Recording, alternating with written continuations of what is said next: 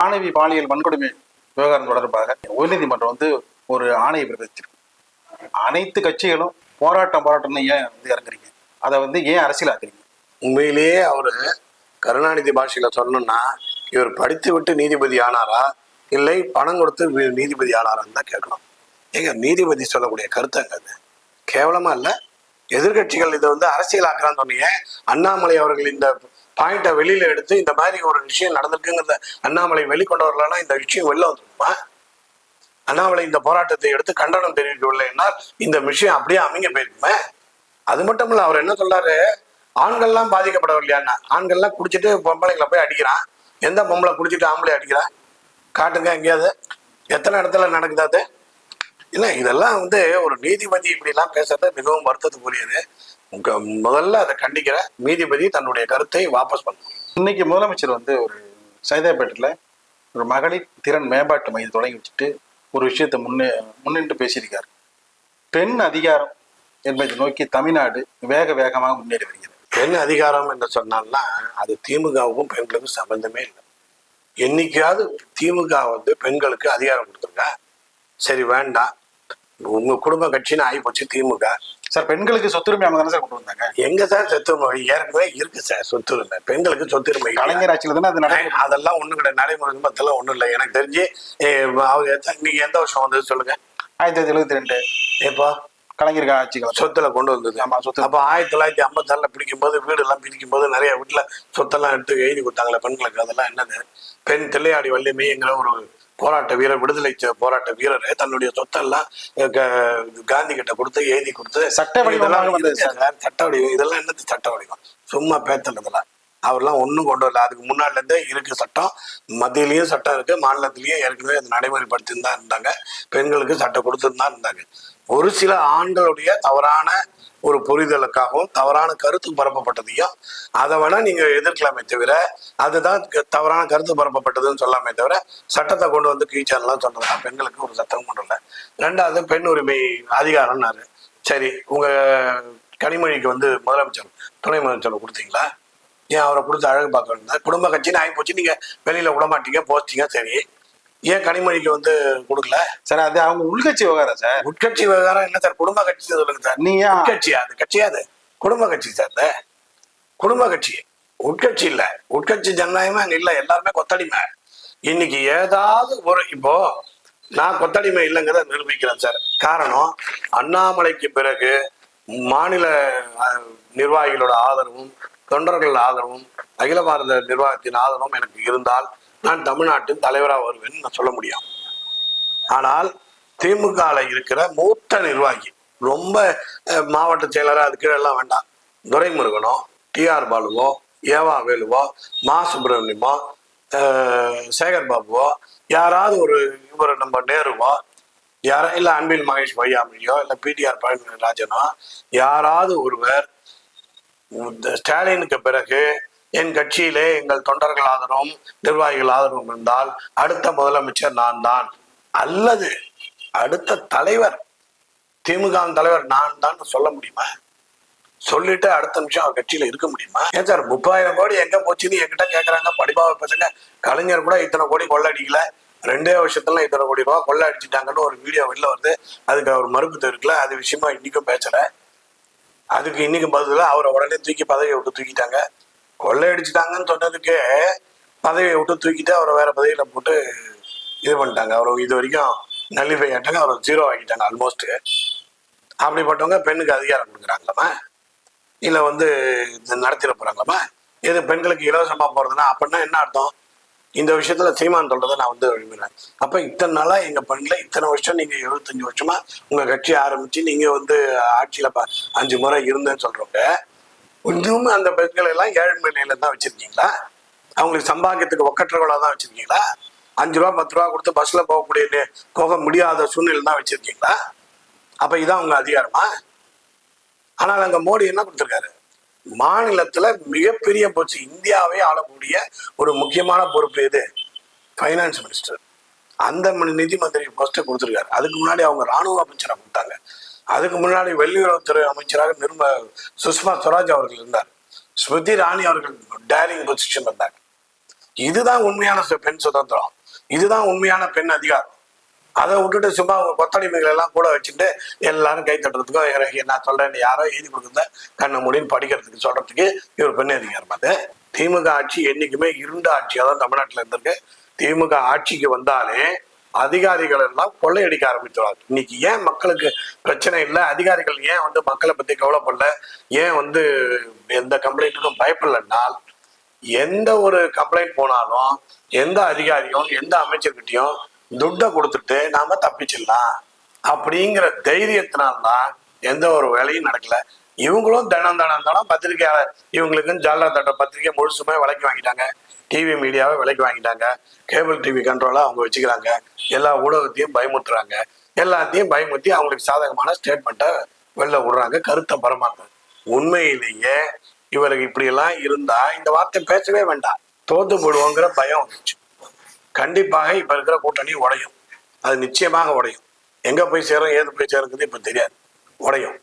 அப்படி உடைஞ்சிருமோன்னு பயத்துல இருக்காரு. அப்படியே உடையலன்னா கூட 2026 கிறிஸ்துவ மக்களும் முஸ்லீம் மக்களும் இவர்களுக்கு இப்போதைக்கு எந்த வாக்கு இங்க நினைச்சிருக்காங்களோ அவங்களை இப்ப எதிராக திரும்பிட்டாங்க. பெரும்பாலான கிறிஸ்துவர்கள் இன்றைக்கு மோடியோட ஆதரவு, இஸ்ரேலுக்கு ஆதரவு தெரிவிச்சதுனால அவர்கள் புரிஞ்சு கொண்டிருக்காங்க.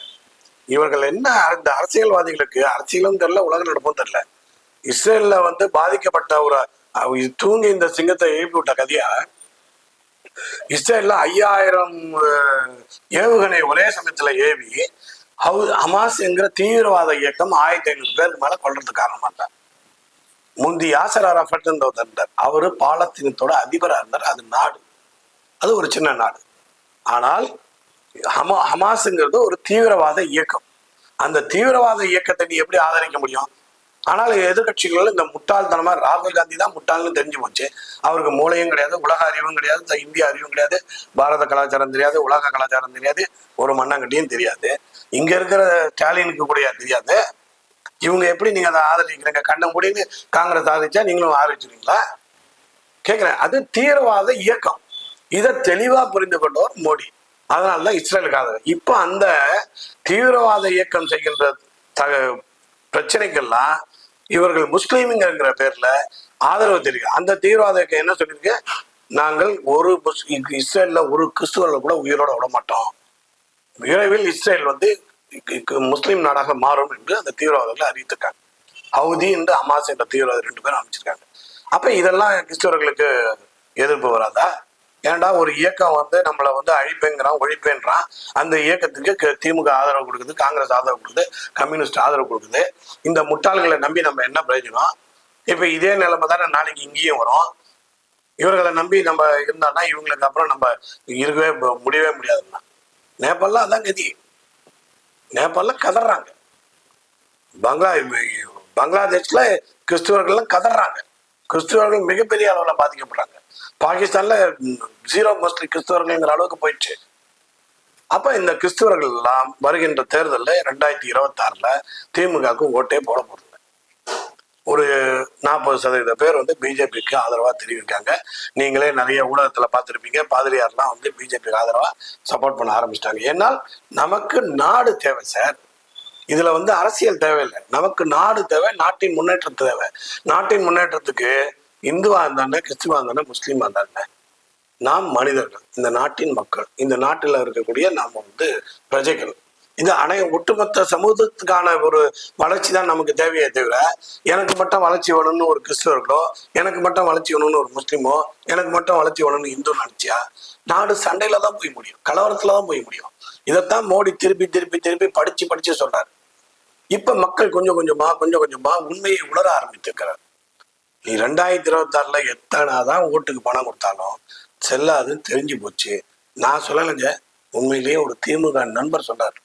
அவர் சொல்றாரு, சார் 2026 திமுக தேருமான்னு தெரியாது, சந்தேகம் தான், பயங்கர எதிர்ப்பு, எங்க பார்த்தாலும் சார். இன்னைக்கு நான் சொல்றது போலீஸ், அத்தனை போலீஸும் எதிரி சார். தமிழ்நாட்டில் இருக்க அத்தனை யாராவது ஒரு ஊடகமாவது பெருசாக்கினாங்களா? தொழிற்சங்க தலைவர் என்ன சொன்னாரு?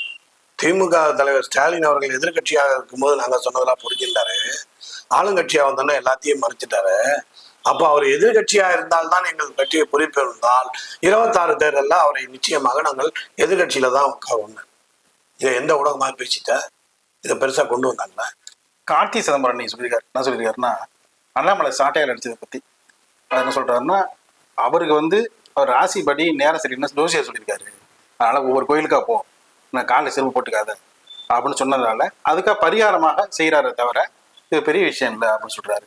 என்ன சொல்றீங்க கார்த்தி சிதம்பரத்துக்கு? கார்த்திக் சிதம்பரம் ஒரு நோன் ஹிஸ்டீரியா பேஷண்ட் மாதிரி அவர். ஏன்னா அவர் சுய புத்தியும் கிடையாது.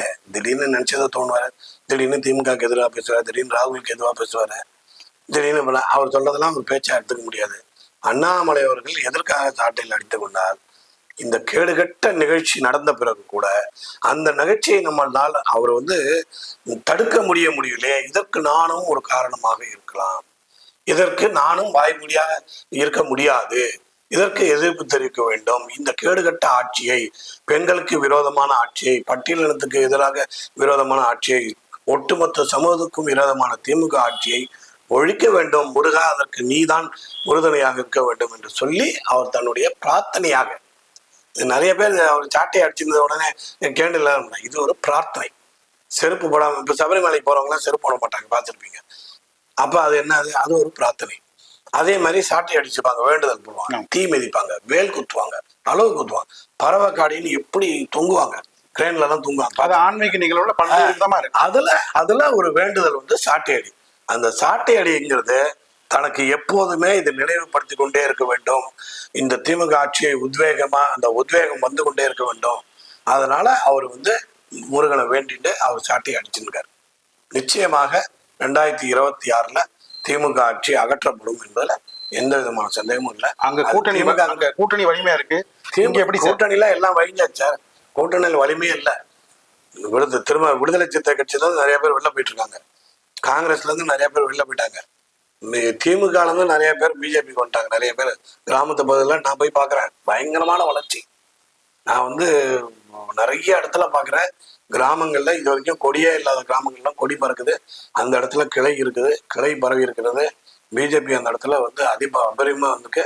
நான் இப்ப கேள்விப்பட்ட வரைக்கும் கிளைங்கிறது அவங்க பிஜேபியில பூத்து, ஒரு பூத்துல தலைவர் ஆகிறதுக்கும் ஒரு 50-60 பூத்து கொண்ட ஒரு மண்டல்னு சொல்லக்கூடிய நகரப்பகுதிக்கு தலைவர் ஆகிறதுக்கும் மிகப்பெரிய போட்டாப்பட்டியா இருக்குன்னு அதிமுக அவர்கள் அதை நல்லாக செதுக்கி 2026 கொண்டு போவாருன்னு நல்ல அதிமுகவோட பிஜேபி மறுபடியும் இணைவதற்கான அனைத்து வேலைகளும் மறைவா நடக்குதுன்னு சொல்றாங்க. உண்மையா? நல்லா அறிஞ்சவர் நீங்க, உண்மையை சொல்லுங்க. அதை பத்தி நிஜமாவே கருத்து போட முடியாது. அதெல்லாம் எலெக்ஷன் மாநிலமும் அகில பாரதம் தான் முடியும். அதை அண்ணாமலை பல முறை சொல்லியிருக்கிறார் கூட்டணி கட்சியில. அதே மாதிரி ராஜா அவர்கள் சொல்லியிருக்கிறாரு, அதே மாதிரி ப்ரொஃபசர் ராமசீனிவாசன் அவரும் சொல்லியிருக்காரு. கூட்டணி பற்றி முடிவு செய்யப்படுவது ஆல் இண்டியா கட்சி, அகில பாரத தலைமை. அகில பாரத தலைமைக்கு இப்போ உட்கட்சி தேர்தல் பிஜேபியில் நடந்துருக்கு. மாவட்ட தேர்தல் முடிந்து மாநில தேர்தல் நோக்கி போயிட்டு இருக்காங்க. மாநில தலைவர் முடிவு செய்யப்பட்டப்புறம் அகில பாரத தலைவர் வருவாங்க, அதுக்கப்புறம் ஒரு முடிவு எடுப்பாங்க. இவ்வளவு நேரம் தங்களை பொன்னான நேரத்தை ஒதுக்கி பல்வேறு கருத்துக்களை தெரிவித்தமைக்கு நெஞ்சார்ந்த நன்றி. SIT4 தமிழ் நேயர்களுக்கும் ஜெயராமன் அவர்களுக்கும் என்னுடைய மனமார்ந்த இனிய புத்தாண்டு வாழ்த்துக்கள் மற்றும் பொங்கல் வாழ்த்துக்களை தெரிவித்துக் கொள்கிறேன். நன்றி.